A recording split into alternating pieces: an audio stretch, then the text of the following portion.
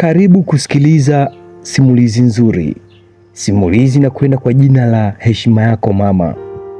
Mtunzi wa simulizi hii ni Dennis Bernard, na mimi naye kusimulia ni Atnas Michael, na hii ni sehemu ya kwanza. Juliet ni mtoto aliyezaliwa katika familia ya hali fulani ya kuridhisha, kwa maana ni familia ambayo ilikuwa inajiweza. Katika familia yao, Juliet alikuwa ni mtoto wa pili kati ya watoto watatu, na alikuwa ni mtoto wa kike pekee katika familia yao. Binti huyu katika maisha yake amebahatika kulelewa na mzazi mmoja katika kipindi chote cha maisha yake. Kaka yake alikuwa akijishughulisha na biashara ndogo ndogo, wakati baba yake alikuwa akifanya kazi katika kampuni ya usafirishaji.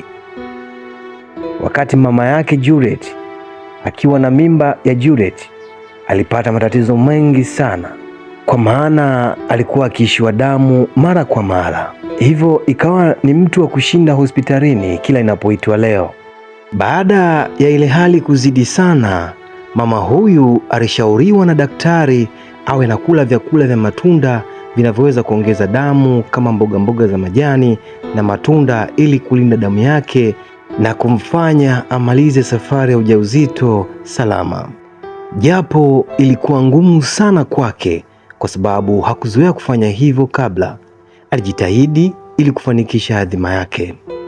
Baada ya miezi 9 kufika, mama huyu alijifungua mtoto wa kike ambaye ni Juliet. Juliet alizaliwa katika mazingira magumu sana, maana baada ya mwaka mmoja tatizo la kupungukiwa damu kama lilokuwa nalo mama yake lilimwanza, na hivyo alikimbizwa hospitalini, na baadaye daktari alimchukua vipimo akasema, nimempima mtoto, inaonekana kaishiwa damu na grupu lake ni O, alisema daktari. Wakati wakitafuta ni nani atakayeweza kumwongezea damu, mama yake aliomba apimwe yeye ili waone kama damu yake inaweza kufaa na kumwongezea mwanaye.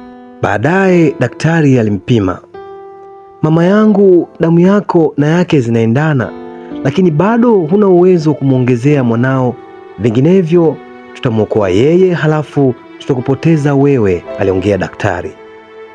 Sasa mimi nifanyeje? Na ni mwanangu, aliongea huku akilia na machozi yakimtoka na asijue nini cha kufanya.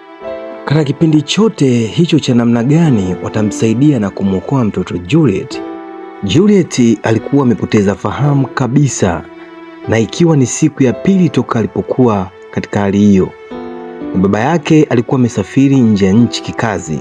Walisumbuka huku na kule kutafuta nani atakayetoa msaada. Mama alichanganyikiwa sana muda ule, asijue nini hatima ya mwanaye. Wakati wakiwa pale, alitokea kaka mmoja akiwa amekuja kumwona mgonjwa wake pale hospitalini. Ilibidi daktari amfate na kumwomba amsaidie yule mtoto kumwongezea damu. Alikubali, na baadaye waliongozana ili kuona kama damu yake inafaa katika afya ya Juliet.